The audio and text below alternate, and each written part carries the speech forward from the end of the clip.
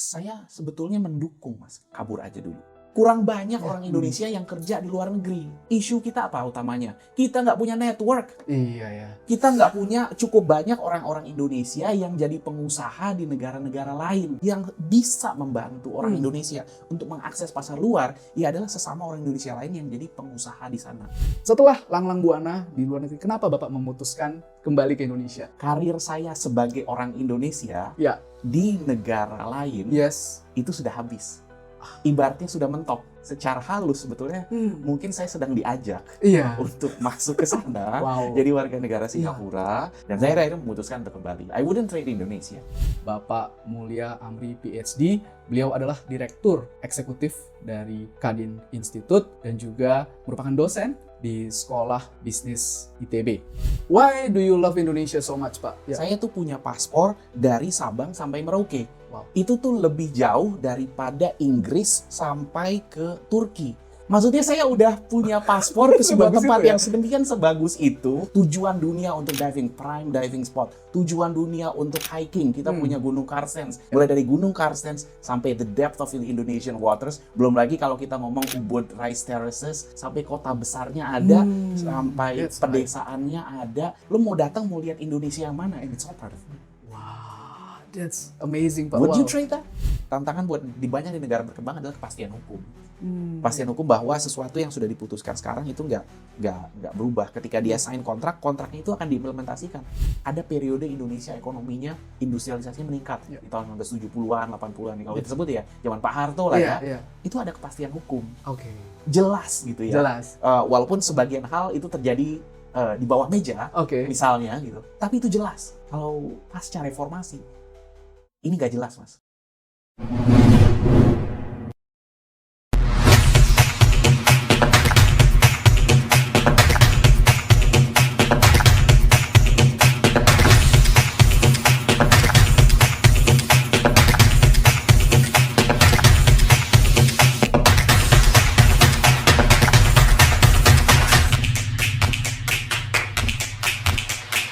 Halo rekan-rekan Hive Intelligence, senang sekali bisa bertemu lagi di Hive Intelligence Channel bersama saya, Romora Edward Sitorus. Hari ini kita akan bahas topik yang sangat menarik, yaitu kolaborasi sektor swasta dan pemerintah, dan bagaimana sektor swasta seperti Kadin, yang merupakan asosiasi sektor swasta, memberikan persepsi terhadap arah ekonomi Indonesia di tahun 2026. Hari ini bersama saya kedatangan seseorang yang sangat spesial, mentor saya, juga seseorang yang menjadi pakar kebijakan publik dengan pengalaman lebih dari 20 tahun, yaitu Bapak Mulya Amri PhD. Beliau adalah Direktur Eksekutif dari Kadin Institute dan juga merupakan dosen di Sekolah Bisnis ITB. Beliau juga telah menulis belasan buku dan report dan telah mengenyam pendidikan dari institusi yang sangat-sangat luar biasa di dunia, Lee Kuan Yew School, NUS, UCLA, dan juga ITB. Beliau merupakan penerima beasiswa yang sangat bergengsi yaitu Fulbright dan Chevening. Halo Pak Mulya, apa kabar? Halo Mas Romora, terima kasih sudah mengundang. Saya kabar baik, gimana kabarnya Mas? Baik Pak, Iya. terima kasih. Kita kemarin ngobrol-ngobrol di Kadin Institute Executive Briefing Pak. Iya betul. Dan sangat menarik sekali, saya sangat berterima kasih bisa datang ke acara yang menarik Pak, tentang Gallup Survey waktu itu, Iya. bersama dengan juga hasil dari Kadin Business Pulse Pak. Iya, terima kasih udah hadir ya. Kita setiap bulan nyelenggarain acara Business Pulse. Oh, setiap bulan ya Pak? Executive Brief untuk Kadin ya. Jadi banyak hal-hal yang menarik yang kita lakukan di Kadin Indonesia Institute. Wah, luar biasa. Next-nya kapan Pak? Next-nya actually sore ini. Sore ini? Ada. Karena setiap bulan, Iya. jadi sore ini memang ada executive brief, kita bakal menampilkan INSEAD, Sekolah Bisnis Terkemuka dari Prancis, Wow. sama Asia Productivity Organization, membahas tentang talent competitiveness. Jadi seru, Mas Mora datang ya. nanti Wah, sore. saya harus datang itu Pak ke acaranya. INSEAD juga kan sekolah bisnis nomor 2 sekarang Pak. Iya, betul. Di betul. dunia, luar biasa. Betul. Wah, Hebat, acara-acara Kadin Institute selalu menarik nih teman-teman. Jadi cek terus ya Instagram Kadin Institute ya Pak. Instagram Kadin Institute, ada di Kadin Indonesia Institute, bisa dicari Instagramnya. Kalau websitenya kadininstitute.id. Oke, Iya. wow, kita catat nanti ya. Dan kita pastikan untuk cek acara-acara dan report-report terbaik dari Kadin Institute. Pak Mulya, kita tahu bahwa Indonesia di pemerintahan yang baru memulai banyak program-program yang besar dan menarik ya.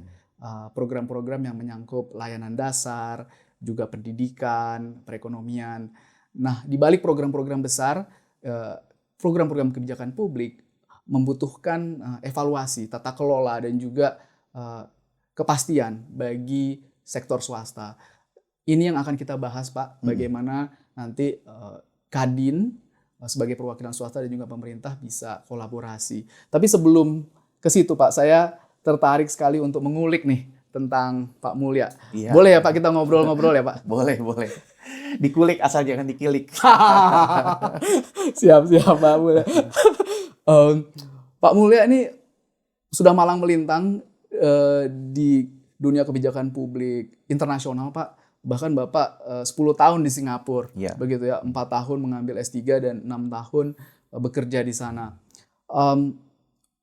Di tempat-tempat yang begitu bagus Pak, seperti UCLA di Los Angeles yang mataharinya enak, Singapura juga mataharinya enak, orang-orangnya seru, sangat multi etnik dan internasional, dan ekonominya juga bagus. Setelah langlang buana di luar negeri, kenapa Bapak memutuskan kembali ke Indonesia? Jadi waktu itu setelah selesai S3, saya melanjutkan bekerja di sebuah lembaga penelitian di sana. Ini adalah sebuah lembaga penelitian yang strategis ya di Singapura karena dibiayai oleh pemerintah Singapura itu sendiri. Kebanyakan memang think tanks di sana banyak dibiayai oleh pemerintah. Jadi saya tahu betapa strategisnya lembaga itu, dan saya selama beberapa tahun dari tahun 2011 terlibat sebagai peneliti di sana. Dan terakhir di tahun 2016 ke 2018 sebelum saya balik ke Indonesia, saya menjadi research fellow dan kebetulan juga memegang posisi sebagai deputy director for research. Nah, waktu itu kemudian kan namanya lembaga penelitian itu memang ada rotasi kepemimpinan, setiap 5 tahun pasti ada rotasi ya. Iya, Pak. Akan ada direktur baru seperti itu, dan direktur yang sebelumnya waktu pas zaman saya sempat bilang saya mau mempersiapkan kamu untuk menjadi direktur di lembaga itu ke depan gitu ya.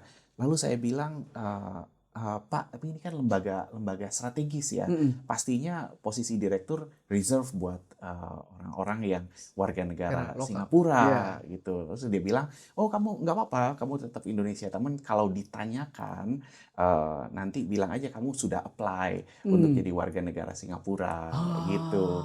Di situ kemudian saya melihat, wah berarti ini secara halus sebetulnya mungkin saya sedang diajak untuk masuk ke sana jadi warga negara Singapura, dan kemudian tentunya untuk jadi direktur di lembaga itu ya memang harus jadi warga negara. Di situ kemudian saya berpikir lagi, berarti karir saya sebagai orang Indonesia di negara lain itu sudah habis, ibaratnya sudah mentok. Dan saya banyak teman-teman Mas, saya kan bagian dari komunitas diaspora ya. Saya juga ada masanya saya cukup aktif di komunitas itu. Banyak teman-teman yang sudah berada di posisi-posisi strategis di perusahaan, baik itu perusahaan swasta, kalau swasta is oke, terutama perusahaan yang BUMN di negara manapun ya, ada yang di Amerika atau di Singapura, di mana. Itu kalau perusahaan swasta mereka bisa rise until top ya. Tapi kalau itu perusahaan BUMN atau lembaga riset yang terkait dengan funding dari pemerintah, itu akan mereka kena ceiling, kena mentok ke atas ya, nggak bisa naik lagi ke atas gitu loh. Karena ada nationality batasnya. itu ya Pak. Nationality, karena begitu udah mencapai tahap strategis dan itu ada kepentingan strategis negara, tentunya mereka akan memprioritaskan ini ya warga negara. Nah di situ kemudian saya lihat saya udah mentok atau udah hampir mentok di sini ya. Kalau saya ingin tetap menjadi orang Indonesia dan saya ingin tetap jadi orang Indonesia. Jadi saya pikir udah berarti udah saatnya saya kembali begitu ya. Jadi ya di situ menjadi semacam terbuka aja pandangan saya gitu. Betul. Dan saya akhirnya memutuskan untuk kembali. I wouldn't trade Indonesia. Wah, betul. Iya ya. Why do you love Indonesia so much, Pak? Many people like recently kan ada penerima beasiswa LPDP gitu, Pak. Iya, iya. Dia bilang cukup saya aja yang warga negara Indonesia, anak saya jangan. Iya, iya. Terlepas apa pendapat dia, ternyata ada orang seperti Bapak yang sangat mencintai Indonesia. Iya. Apa yang ada di Indonesia nggak ada di luar, Pak? Wow, jauh ya. Jauh. Oh iya ya. Alamnya saja. Alamnya saja, besarnya saja. Yeah. Kalau saya punya paspor Indonesia, saya tuh punya paspor dari Sabang sampai Merauke. Wow. Itu tuh lebih jauh daripada Inggris sampai ke Turki. Jadi tuh sama seperti saya punya paspor se-Eropa besar. Se-Eropa dari Inggris sampai Turki dan bahkan beyond Turki ya. Itu Indonesia kalau dari Sabang sampai Merauke itu lebih jauh dari itu. Wow. Se-Eropa. Wow. Saya adalah Menarik warga sekali. negara sedemikian luasnya wilayah. Kalau misalnya dibandingkan dengan Amerika ya. Yeah. Dengan Amerika itu lebih dari California sampai ke East Coast. Betul. Bahkan kalau ada lagi New York. bahkan lebih dari Alaska sampai Florida. Astaga, iya bener juga ya Pak ya. Maksudnya saya udah punya paspor ke sebuah Sebagus tempat itu ya? yang sedemikian sebagus itu, mulai dari yang daerah yang lautnya sangat dalam, sangat untuk diving, tujuan dunia untuk diving, prime diving spot, tujuan dunia untuk hiking, kita punya Gunung Carstens, salah satu dari 7 puncak gunung yang harus didaki oleh pendaki-pendaki dunia ya. Mulai dari Gunung Carstens sampai the depth of the Indonesian waters. Belum lagi kalau kita ngomong Ubud Rice Terraces dan lain-lain. Kalau belum lagi ngomongin soal kota besar, sampai kota besarnya ada, sampai pedesaannya ada, daerah-daerah yang orangnya sudah berpikiran sangat maju, sampai kemudian mendapatkan berbagai award dari luar negeri, internasional, sampai orang-orang yang bahkan belum mengenal peradaban, masih belum mengenal Tuhan, belum mengenal modern culture gitu ya. Ada semua. Lo mau datang mau lihat Indonesia yang mana? And it's all part of me. Wow, that's amazing Pak. Would you trade that? No way, Pak. Ya, tapi this is a very new perspective for me, Pak. Personally, I love Indonesia because my family, semua keluarga saya di sini, Pak. Ya, itu juga. Itu juga pasti. Itu kan emotional side-nya ya. Semua orang pasti bilang itu. Keluarga saya di sini. Tapi keluarga bisa aja dibawa ke sana. Betul Dan juga is it solved? Iya. Is it solved kan? Teman-teman gimana? Pertemanan juga beda loh. Maksudnya saya juga pernah tinggal di Amerika 4 tahun in total, di Singapura 10 tahun in total. Suasana perkawanan itu beda. Beda ya? Beda. Wah. Kalau Amerika sama Indonesia masih nggak terlalu jauh lah. Indonesia dengan Filipina very very close. Right. Indonesia dengan Singapura agak jauh. Jauh dari segi pertemanan dan lain-lain ya. Itu tergantung. We are very close. Kita cepat akrab ya. Cepat orang-orang Indonesia, orang-orang Southeast Asia hangat, cepat akrab. Orang Amerika in a way juga seperti itu.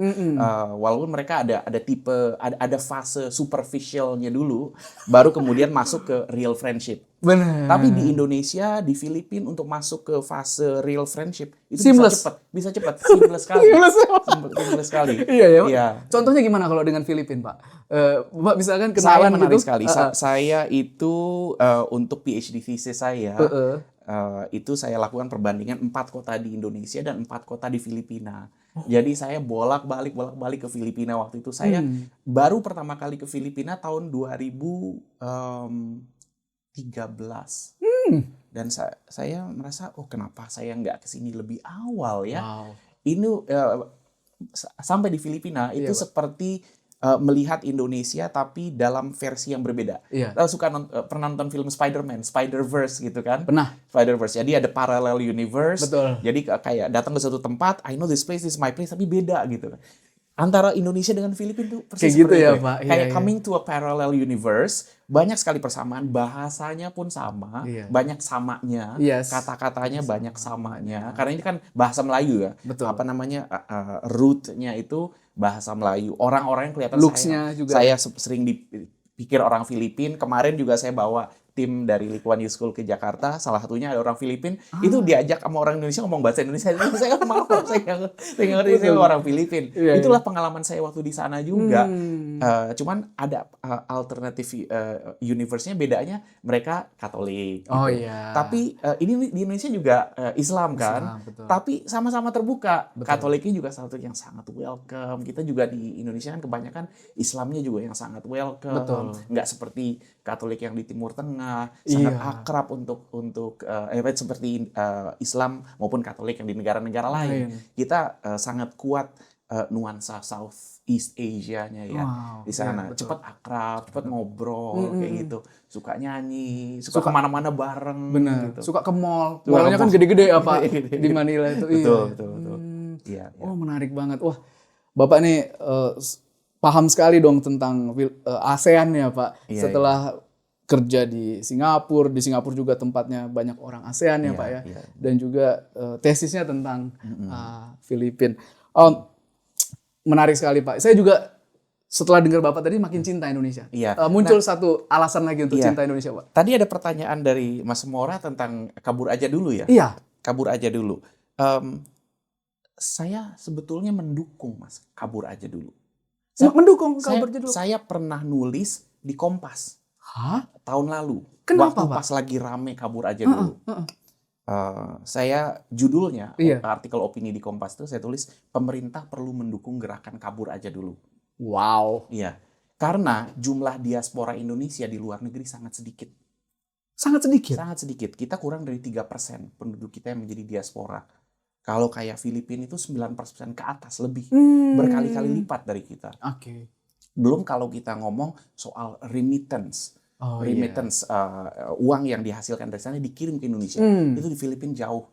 Dan bekerja, punya pengalaman kerja di luar negeri, itu akan menghasilkan banyak insight baru, Oke. akan menghasilkan banyak pengalaman hidup baru, termasuk juga pengalaman dari sisi bisnis. Kalau misalnya dia bisnismen, Iya. wah di sini di negara ini cara orang melakukan bisnis begini.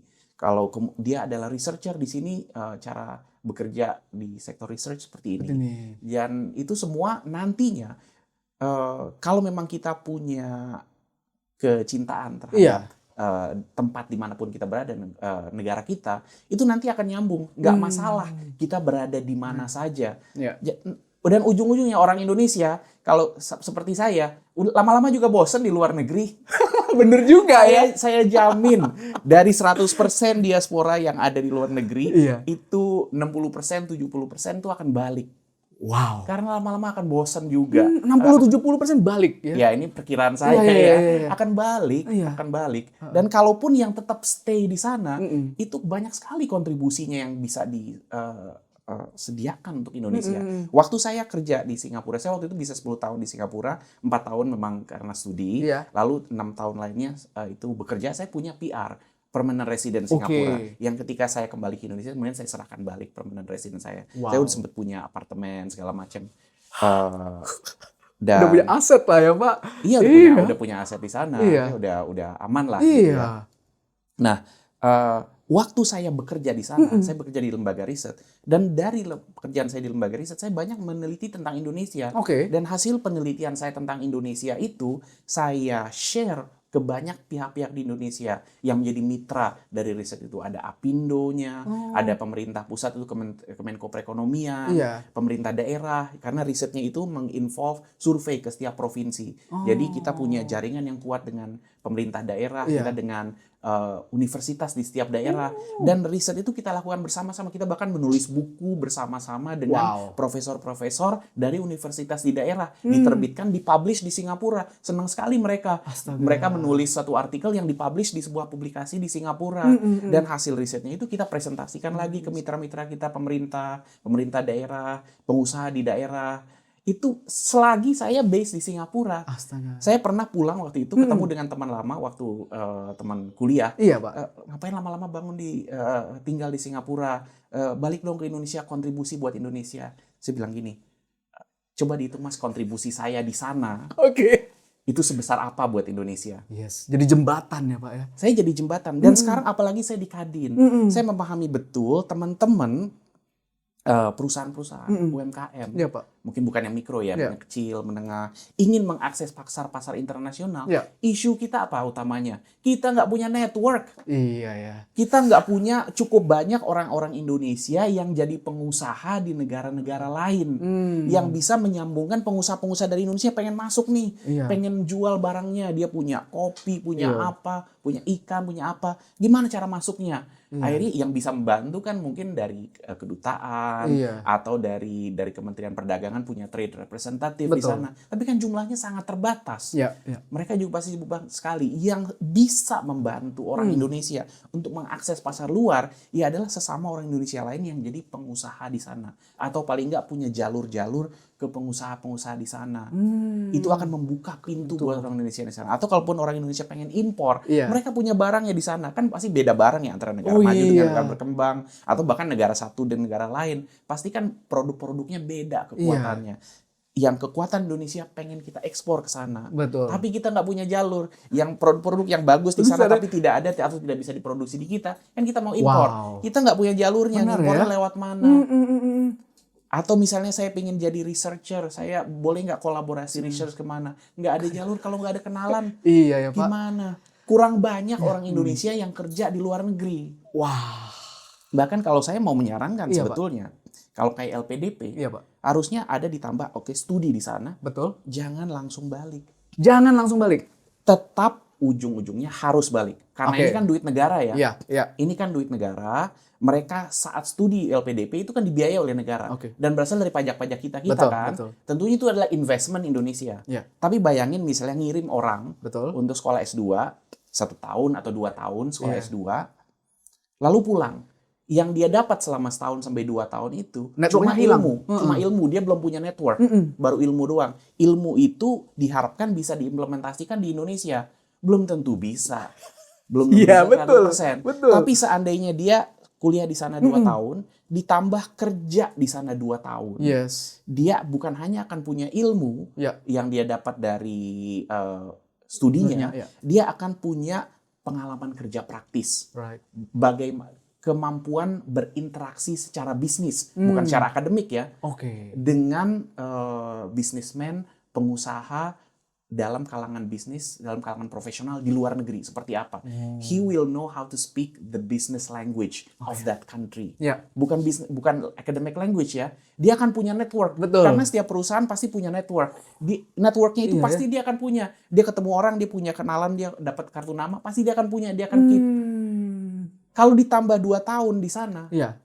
selama 2 tahun itu, kalau misalnya dia kerja di konsultan, dia Iya. bisa punya beberapa klien. Oh iya, benar juga ya. Iya, iya. Taruhlah satu tahun 10 klien. Iya. Dalam 2 tahun bisa dia bawa 20 klien. Dia kenal dengan 20 klien klien. di sana.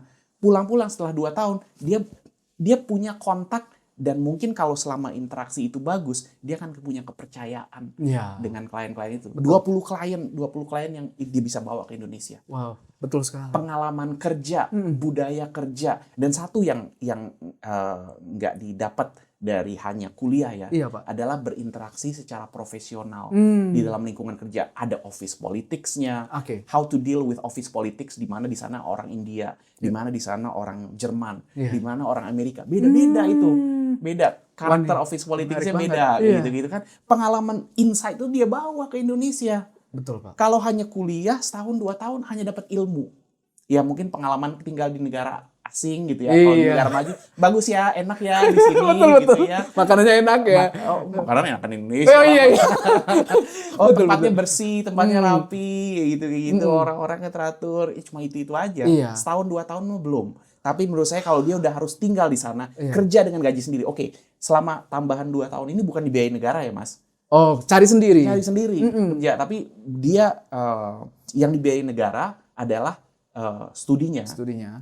Tapi dia punya hak untuk meneruskan kerja di sana selama 2 Betul, tahun. betul. Betul, Pak. Habis itu baru pulang ke Indonesia. Wah, iya ya. Pemerintah harus mendorong diaspora. harus mendorong. kurang banyak Kurang diaspora banyak kita. diaspora. Kurang banyak diaspora kita. Makanya saya sebetulnya senang pemerintah tahun ini akan mensupport pengiriman tenaga kerja migran lebih banyak. 500.000 akan disupport oleh pemerintah. Biasanya tenaga kerja migran ini harus keluar duit sendiri, Mas. Untuk les, untuk pendidikannya ya. Sertifikasi keahlian, sertifikasi bahasa, lalu dikirim oleh perusahaan yang mengirimnya P3MI. Itu biaya mereka sendiri. Ya akhirnya mungkin malah minjem dulu ke P3MI, lalu kemudian setelah dia mulai kerja nyicil balik ke P3MI. Ini setengah dari biaya itu akan dibiayai oleh pemerintah, 500.000. Dan bukan hanya untuk pekerja domestik ya, bukan untuk domestik saja, tapi untuk hospitality ya, perhotelan, restoran, juga untuk welder, tukang las, truck driver, kayak gitu. Lalu kemudian elderly care, banyak. Jadi banyak ya. Kita masih perlu lebih banyak diaspora. Wah, menarik banget nih pandangannya Pak Mulya. Tadi saya tertarik. Tapi harus balik kalau terima uang dari LPDP, ya harus balik. Tapi jangan langsung balik. Jangan langsung balik. Pesan saya kepada yang terima LPDP harus balik. Harus balik. Pesan saya kepada pemerintah, jangan buru-buru balik. Kalau bisa biarkan mereka kerja 2 tahun dulu di sana. Optimalnya 2 tahun Pak ya, paling nggak? Menurut saya 2 tahun. 2 tahun. Oh iya. Tadi Bapak bilang soal koneksi antara orang Indonesia di dalam negeri dengan luar negeri. Saya jadi teringat tentang Chinatown, Pak. Itu kan di luar negeri itu banyak Chinatown ya. Akhirnya hubungan antara orang China yang di Amerika dengan orang China yang di RRC itu kan sangat dekat. Jadi mau beli apa itu bisa dari orang RRC daratan, terus orang RRC daratan juga bisa ke sana udah tahu gimana cara berbisnis. Jadi lebih global, value chain-nya lebih ketangkep. Orang Korea juga Pak nih punya restoran Korea. K-Town kan. Betul. Wah, iya betul. Kita kurang banyak diaspora kita sehingga UMKM kita mau keluar, saya nggak punya kontak, saya nggak kenal siapa-siapa di sana. Betul, Pak. Iya, harusnya ini jadi pemikiran baru ya untuk pembuat kebijakan pemerintah, terutama soal migration tadi Pak ya. Itu menarik sekali menurut saya, strategi human capital dan migration kita. Dan bagi saya kalaupun dia tetap tinggal di sana, kalau yang bukan memang biaya LPDP ya, bukan biaya dari pemerintah, tinggal di sana nggak apa-apa. Indonesia nggak rugi kok punya orang Indonesia yang kerja di sana gitu ya. Itu akan jadi aset buat kita. Oke. Iya, wah. Tapi selagi dia memang masih care dengan Indonesia. Iya, pastilah Pak, kan ibu bapaknya di sini, udara yang dia hirup dulu pernah dari sini gitu ya Pak. Pasti nostalgianya juga kembali. Dan itu nggak tergantung dengan paspornya. Kayak tadi Mas Mora bilang bahwa Chinese diaspora di mana-mana, itu banyak yang udah mengadopsi paspor negara setempat. Oh, udah ganti paspor ya Pak? Kayak Chinese yang tinggal di Chinatown, di negara-negara lain. Ya itu kan udah jadi orang Amerika atau orang mana, tapi kan mereka tetap menjadi link yang bisa menyambungkan antara pengusaha di China dengan negara tempat diasporanya itu. Menarik banget Pak. Ini lagi bicara soal link ya Pak, tentang cluster ekonomi regional development. Bapak riset-risetnya dulu pernah dan sampai sekarang ya masih terkait regional development gitu Pak. Indonesia kan butuh sekali regional development. Bagaimana Pulau Jawa ini jadi sentra ekonomi begitu lama ya, dan kita pengen merubah itu. Kemudian juga Jakarta jadi tempat lebih dari 40 juta pekerja tiap minggunya gitu Pak. Nah di San Francisco itu jadi startup hub gitu ya Pak, di Silicon Valley. Kemudian di Singapura itu jadi financial hub. Tapi ternyata untuk jadi hub itu bukan hanya karena dia negara maju. Contohnya di Eropa itu kesulitan untuk menciptakan hub-hub baru untuk finance dan startup. Nah, ada nggak sih Pak resipi untuk paling nggak semacam suatu requirement gitu ya, requirement awal untuk jadi foundation suatu daerah itu bisa jadi hub ekonomi gitu Pak? Iya, ini adalah topik yang menarik sekali dan saya mempelajari ini. Kenapa satu daerah menjadi seperti daerah itu sekarang. Tadi ya, kenapa Silicon Valley become Silicon Valley? Dan kenapa berbagai tempat lain, banyak sekali tempat orang pengen bikin Silicon somewhere. Iya betul. Iya, tempat saya mau jadikan Silicon Valley, tempat saya mau jadikan Silicon Valley. It's like everyone wants to build the Silicon somewhere gitu kan. Dan kebanyakan gagal. Ya karena setiap daerah itu ada trajektorinya dan ada faktor-faktor yang membuat dia menjadi seperti itu. Nah, termasuk juga kalau di Indonesia, kalau nyari batik, coba misalnya kita ke Tamrin City gitu ya, cari batik. Saya jamin itu mayoritas batik yang ada di sana, itu kalau nggak diproduksi di Pekalongan, itu diproduksi di Solo. Kenapa nggak di tempat lain? Iya ya. Ada sedikit di Jogja ada, tapi nggak banyak. Sebetulnya lebih banyak di Solo, Pekalongan. Jogja juga cukup besar tapi di bawah. Nah, kenapa nggak ada di kayak di Blora atau Blitar atau di Purwokerto misalnya? Kenapa nggak di Semarang? Mungkin ada juga tapi sedikit ya. Kenapa di sana gitu kan? Ada faktor. Ini suatu hal yang menarik yang mungkin bisa kita bahas lagi ya.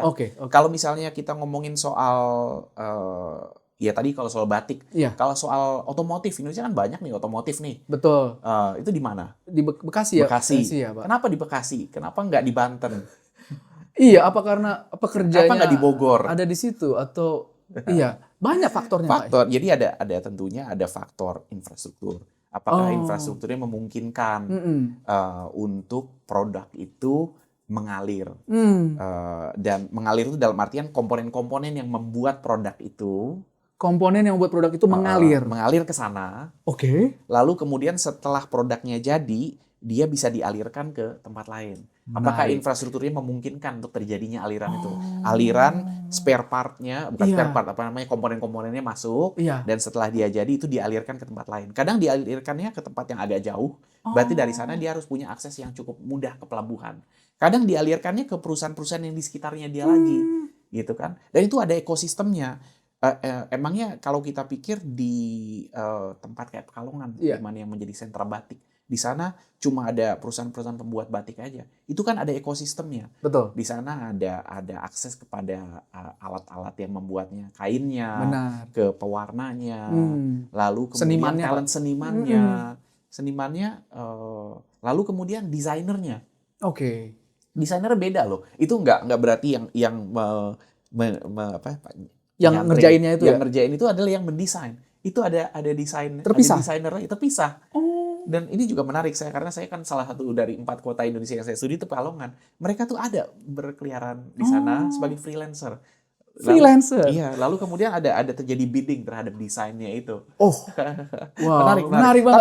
Tapi ada ekosistemnya di sana. Ya, Pak. Jadi nggak cukup hanya ada industrinya itu aja, tapi industri-industri pendukungnya juga. Kayak gitu. Contohnya kayak di kawasan otomotif perlu dekat ke kawasan otomotif, kecuali kalau yang completely built up tapi kan kebanyakan sekarang harus punya local content, konten dari Indonesia ya. Berarti dia harus ada konten-konten produksi Indonesia yang menjadi bagian dari mobil itu. Di mana produksi? Apa aja yang diproduksi? Mungkin kayak knalpotnya, mungkin kayak bempernya, atau apa mungkin kayak kursinya atau komponen kursinya itu produksi lokal di Indonesia. Nah, di mana letaknya perusahaan-perusahaan yang memproduksi itu? Kebanyakan sih di dekat-dekat situ juga, masih di sekitar Bekasi juga. Atau walaupun agak jauh, dia punya akses langsung untuk mengalirkan komponen-komponennya itu ke sana. Itu baru satu, Mas. Itu baru dari segi infrastrukturnya aja. Kemudian ekosistemnya, kayak tadi kan, perusahaan, dia akan perlu financing. Ada nggak perusahaan di sana, financing di sana, yang melayani daerah situ. Dia akan perlu desainernya, dia akan perlu talentnya. Ada nggak talent yang mau tinggal di sana atau sudah tinggal di sana. Betul. Nah, ketika sudah tercipta critical mass, jadi ketika tahap awal mungkin baru ada 2 atau 3 perusahaan yang berklaster di sana ya. Betul. Kemudian di tempat lain mungkin ada 1. Nah, lama-lama ada perusahaan baru mau masuk. Dia melihat dulu, ini menarik ke klaster yang lebih besar, yang ada 4 atau 5 perusahaan, atau ke klaster yang kecil yang cuma ada 1 atau 2 perusahaan. Mas mau yang mana? Perusahaan baru mau masuk nih. Saya suka ngumpul sama orang-orang yang udah ngerjain sih. Udah ngerjain. Kan? Kalau saya ke klaster yang lebih besar, saya akan lebih aman. Betul. kalau saya karena opsi-opsi saya banyak. Oh iya, optionnya. Saya perlu komponen dari perusahaan A, saya beli dari perusahaan A. Perusahaan A ternyata gagal atau terlambat, Iya. saya masih bisa pindah ke perusahaan B. Oh iya, dengan Saya akan sekejap aman ya. Iya. dengan sekejap. Iya. Termasuk dari pekerjaannya, saya nyari engineers. Lihat masyarakatnya, cukup banyak nggak engineers? Ada cukup banyak. Oke, saya masuk sana. Karena apa? Kalau suatu saat engineer saya resign, Iya. saya pasang iklan rekrutmen engineer akan cepat terisi. Oh iya. Dibanding ke perusahaan di yang sini yang cuma ada satu perusahaan. Ya, kalau misalnya satu perusahaan gagal menunaikan kewajibannya ke saya nggak punya opsi lain. Oh iya, repot. Kalau misal engineer saya resign, saya nggak punya opsi lain. Iya, Saya harus rekrut, mungkin saya harus rekrut dari kota yang ini. Iya. Atau kota yang lain yang lebih besar, Jakarta misalnya di sini kan. Dan mereka belum tentu mau pindah Belum tentu jauh. mau pindah ke sini. Iya. Saya harus kasih insentif biar mereka mau pindah. Iya, mendingan di sini yang udah ada banyak engineer. Iya. Itu baru dari segi yang namanya economies of scale. Oh iya. Ya, ada banyak faktor lain. Ada faktor faktor. culture, ada faktor apa ya, sejarah ya, kecelakaan sejarah. Kecelakaan Kecelakaan sejarah. sejarah. Kalau kita lihat Silicon Valley awalnya itu kenapa? Awalnya itu kawasan yang mengerjakan proyek-proyek militernya Amerika. Oh. Iya. Iya, dari situ engineer-nya mulai buka perusahaan swasta sendiri gitu ya, Pak ya. Iya. Oh. Pernah terjadi sesuatu apa di sana bisa menciptakan suatu kecelakaan sejarah yang akhirnya membuat kawasan itu menjadi seperti itu sekarang. Betul. Juga ada Hewlett Packard ya, Iya. yang mulai jadi perusahaan Iya. besar dan kemudian dari situ Betul. banyak engineer dan Betul, mulai terpisah-pisah ya Iya. mengembangkannya ya, Pak. Ya. Betul. Banyak ceritanya, banyak kalau bisa Kita harus buat bisa dicari di podcast YouTube lagi. sejarah Silicon Valley. Itu banyak di sana, mulai dari ada Bell Labs segala macam orang-orang. Ya. Betul sekali. Iya, kayak gitu. Dan keberhasilan suatu era itu menarik era baru untuk melihat lagi ke sana. Selagi memang industrinya tetap relevan untuk masa depan ya. Perusahaan-perusahaan baru masuk. Ya kayak dulu kan bukan perusahaan digital. Iya. Ya Silicon Valley ya lebih ke perusahaan elektronik. Tapi belum kemudian belakangan karena di sana sudah ada perusahaan elektronik. Iya. Kemudian langkah selanjutnya apa? Digitalisasi. Masuklah ketika akan proses digitalisasi, masuklah perusahaan-perusahaan digital. Dan perusahaan-perusahaan digital tuh punya pengalaman juga sebelumnya, banyak yang punya roots atau akar ke perusahaan-perusahaan elektronik itu. I see. Iya. Wah, ini menarik banget. Terkait tadi hub tadi Bapak bilang, saya tertarik tentang hub of value chain ya. Jadi harus membuat value chain yang ngalir, supply chain-nya ngalir semudah mungkin ke daerah itu. Iya. Saya melihat sekarang itu kan San Francisco itu mau menetapkan wealth tax. Wealth tax. Sehingga banyak para founder itu pindah ke Florida, Pak. Seperti Larry Page katanya dia pindah ke Florida karena mau di-tax terlalu tinggi. Nah, saya memikirkan bahwa ternyata ada regulasi dari pemerintah yang bisa membuat sesuatu yang bagus atau yang lagi tumbuh itu layu gitu, Pak. Nah, kalau kita tadi Bapak bicara faktor-faktor yang mendukung terciptanya satu hub ekonomi, itu luar biasa sekali tadi, sangat membuka pikiran Pak tentang culture, kemudian vital employee yang muncul di situ, aglomerasi tadi Pak. Tapi kan ada juga hal-hal yang yang nggak boleh dilakukan pemerintah, yang bisa membuat suatu daerah itu nggak menciptakan entrepreneur baru, Pak. Dari sisi Bapak, apa sih yang di ASEAN ini harus dihindari, Pak, untuk bisa tetap memungkinkan orang tertarik buka usaha di ASEAN atau Indonesia gitu, Pak? Kalau untuk di negara berkembang ya, biasanya yang paling utama itu kepastian, Mas. Nggak usah soal regulasi dulu ya, nggak usah soal tax incentive atau tax holiday dulu ya. Karena itu semua bisa dihitung. Sebagai pengusaha ya, bisa dihitung. Itu kan semua bisa dihitung. Oh iya, betul. Dalam artian di negara ini ada pajaknya. Di negara ini pajaknya lebih kecil. Ya, tinggal hitung aja. Ini tinggal hitung. Di negara ini peraturan human resources seperti ini, upah minimumnya seperti ini, ketentuan-ketentuan untuk membayar asuransi dan social security-nya seperti ini, di negaranya seperti ini. Itu kan bisa dihitung. Dia bisa hitung di bawah, lalu kemudian oke, saya memutuskan akan ambil di sini. Atau saya akan memutuskan akan ambil di sini. Dia kan hitung semua, termasuk seberapa banyak ada engineer, seberapa banyak ada engineer yang sudah punya kualifikasi, itu dihitung semua. Seberapa dekat engineer itu atau mungkin bukan engineer dengan airport, atau seberapa dekat dengan port gitu. Itu dihitung semua. Dan semua dia bisa mengambil keputusan yang dia harap ketika dia investasi itu selama beberapa tahun ke depan itu akan sesuai dengan hitung-hitungan di awal. Oh iya, betul. Tapi kalau uncertainty itu kan semua jadi nggak bisa dihitung. Betul. Ya gimana hitung-hitungan saya di awal nggak ada artinya bagi saya menghitung. Toh besok juga berubah. Iya, ngeri juga ya. Toh besok berubah, bisa ada perusahaan baru, bisa ada peraturan baru yang merugikan saya, yang tadinya nggak terhitung. Itu akan dihindari, Mas. Iya.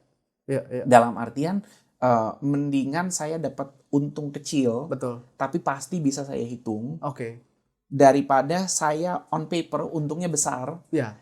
tapi besok bisa aja berubah, sehingga kemudian saya malah rugi. Terus sebagai pengusaha mendingan yang mana? Yang bukan hanya on paper tapi betul-betul ada kepastian, Pak.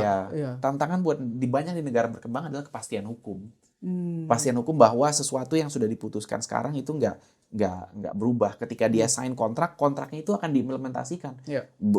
Nggak bisa kontraknya tiba-tiba dianulir gitu kan. Padahal dia udah invest di sana gitu. Betul. Itu yang paling ditakuti oleh investor.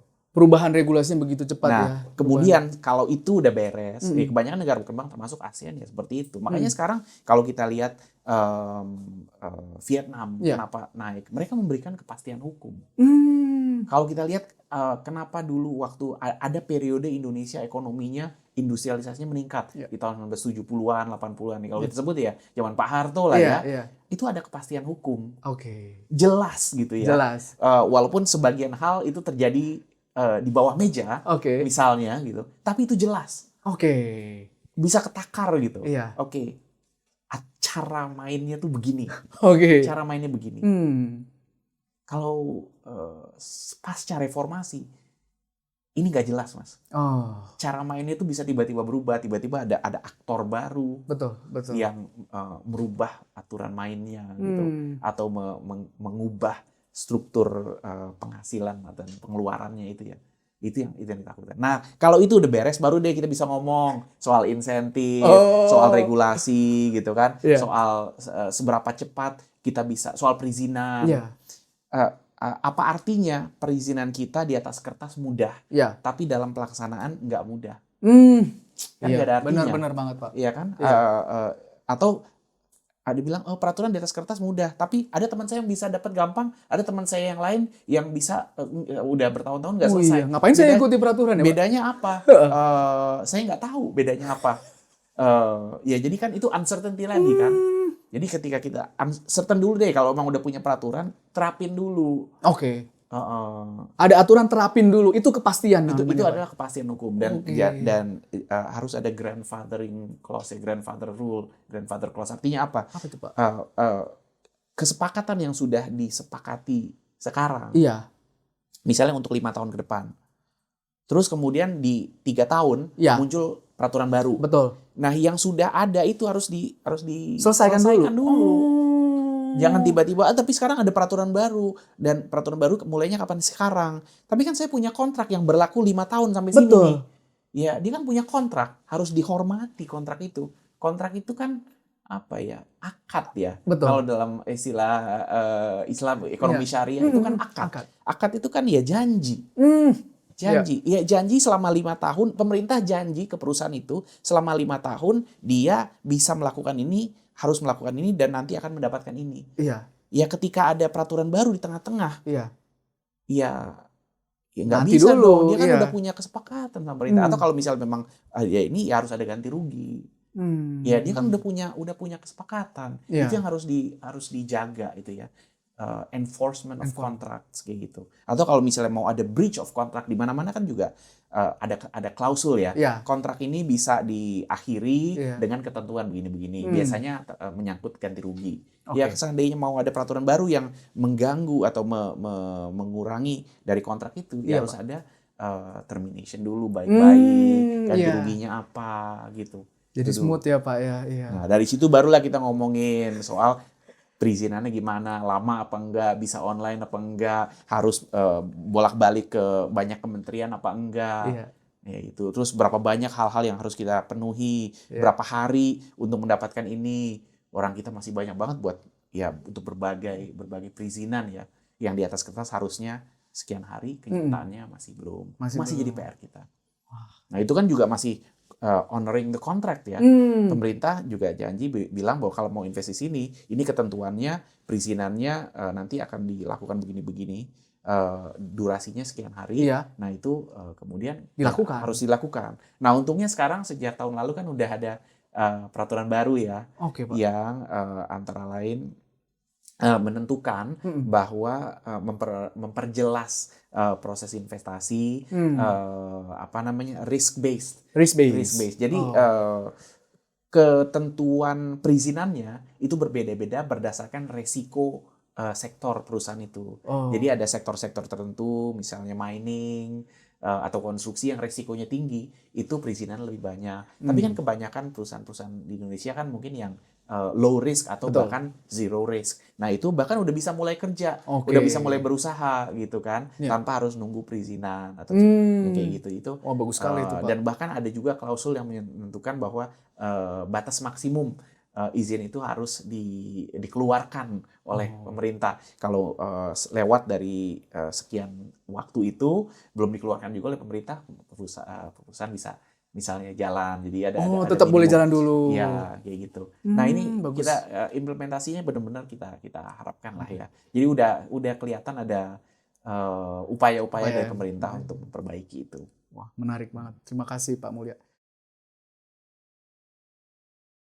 Kita nih nggak bisa cuma mengandalkan satu mesin, tetap harus di-push yang lain, mesin yang lain. Nah, disinilah Pak Prabowo, kita sekarang mau push sumber daya manusianya biar seimbang dengan infrastrukturnya. Nggak bisa kita jualan ke investasi ke negara asing hanya mengandalkan infrastruktur. Kita tuh mustahil bisa mencapai hal-hal yang advance atau menengah atau advance kalau yang basic-basic aja belum terpenuhi. Nah, jadi dibilang pangan adalah basic, itu adalah kebutuhan. Beliau paham sekali betul kalau makanannya terlambat atau kualitasnya buruk, tentaranya akan loyo. Sama manusia juga begitu. Nah, banyak pengusaha di daerah itu kemudian kita encourage untuk melakukan transformasi juga, pivot. Pivot. Kalau dalam bahasa bisnisnya ya. Pivot ya Pak. Kenapa enggak? Kenapa enggak? Anak-anak yang hadir di sekolah dan di sekolah itu disediakan makanan bergizi, itu mereka pertama mereka akan lebih mungkin untuk hadir di sekolah, nggak bolos. Karena di sekolah dapat makanan. Itu terbukti. Tapi itu nggak bisa dirasakan manfaatnya langsung terhitung menjadi GDP, menjadi pertumbuhan ekonomi langsung. Enggak. Ini adalah investment untuk masa depan.